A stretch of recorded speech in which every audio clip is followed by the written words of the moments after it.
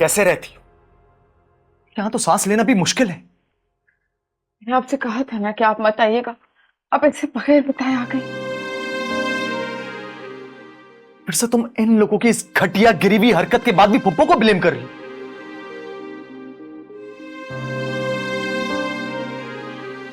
ये सही बात नहीं है। मैं मानती हूँ वकार के बाबा ने ठीक नहीं किया, लेकिन आप। लेकिन क्या बेटा, मैं तो हैरान हूं कि इस घर में तुम्हारे साथ ये सब कुछ होता है, इतनी जिल्लत होती है, उसके बावजूद तुम यहां रह रही हो। नहीं, अब तुम यहां नहीं रहोगी। चलो। नहीं अम्मी, आप कैसी बातें कर रही हैं? मैं मानती हूँ कि सबने मुझे यहाँ दिल से कबूल नहीं किया, लेकिन वकार मेरे साथ है, और जब तक वो मेरे साथ है मैं कहीं नहीं जाऊंगी। जो कुछ आज हमारे साथ हुआ है ना, उसके बाद तो मुझे जरा सा भी यकीन नहीं है। जिस घर में तुम्हारे माँ बाप की इतनी जिल्लत हुई, तुम अब भी यहाँ रहना चाहती हो? अम्मी प्लीज मेरी खातिर भूल जाए। आदिल, मैं तुमसे अंकल के बर्ताव के लिए माफी मांगती हूँ।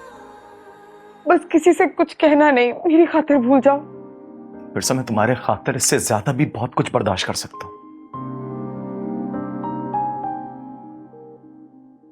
मेरा कहने का मतलब यह है कि मैं तुम्हारे लिए इससे ज्यादा भी बर्दाश्त कर लूंगा, लेकिन उस सब में अगर तुम्हारा घर आबाद रहे तो।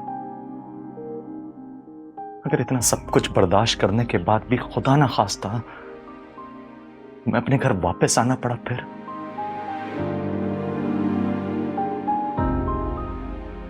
फिर क्या करोगी तुम?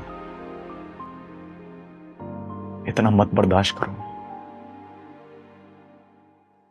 और वैसे भी ऐसी ला हासिल कोशिश का कोई फायदा नहीं है विरसा, कोई फायदा नहीं।